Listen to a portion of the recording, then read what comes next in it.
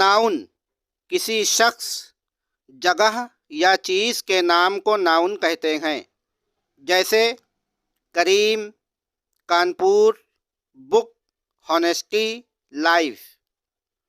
Pronoun जो अल्फाज noun की जगह पर इस्तेमाल किए जाते हैं उन्हें प्रोनाउन कहते हैं, जैसे साजिद नाउन है, लेकिन हम साजिद ना कहकर साजिद की जगह पर ही का इस्तेमाल करें तो ही प्रोनाउन होगा।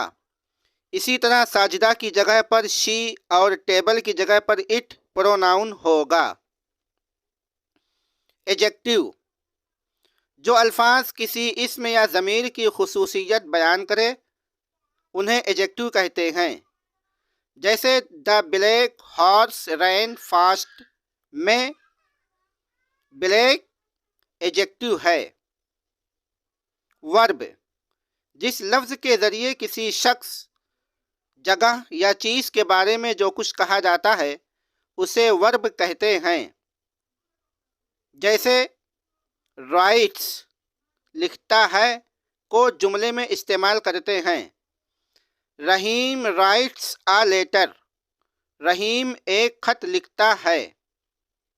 एडवर्ब वह लफ्ज़ जो किसी फ़ेल, सिफत या दूसरे फ़ेल मुताल्लिक में कुछ बात जोड़ देता है उसे एडवर्ब कहते हैं, जैसे the flower is very beautiful.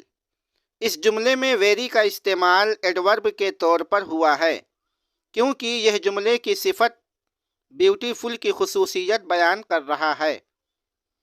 Preposition जो लफ्ज़ किसी इस्म या ज़मीर से पहले इस्तेमाल होकर उसका ताल्लुक़ किसी दूसरी इस्म या ज़मीर से ज़ाहिर करे तो उसे प्रीपोजिशन कहते हैं, जैसे the book is on the table. इस जुमले में ऑन लफ्ज़ प्रीपोजिशन है क्योंकि यह लफ्ज़ टेबल से पहले इस्तेमाल होकर इसका ताल्लुक़ बुक से ज़ाहिर कर रहा है। कंजक्शन वह लफ्ज़ जो दो अल्फाज या जुमलों को आपस में मिलाता है कंजक्शन कहलाता है, जैसे करीम एंड रहीम आर कज़न। इन जुमलों में आर और एंड का इस्तेमाल कंजक्शन के तौर पर हुआ है।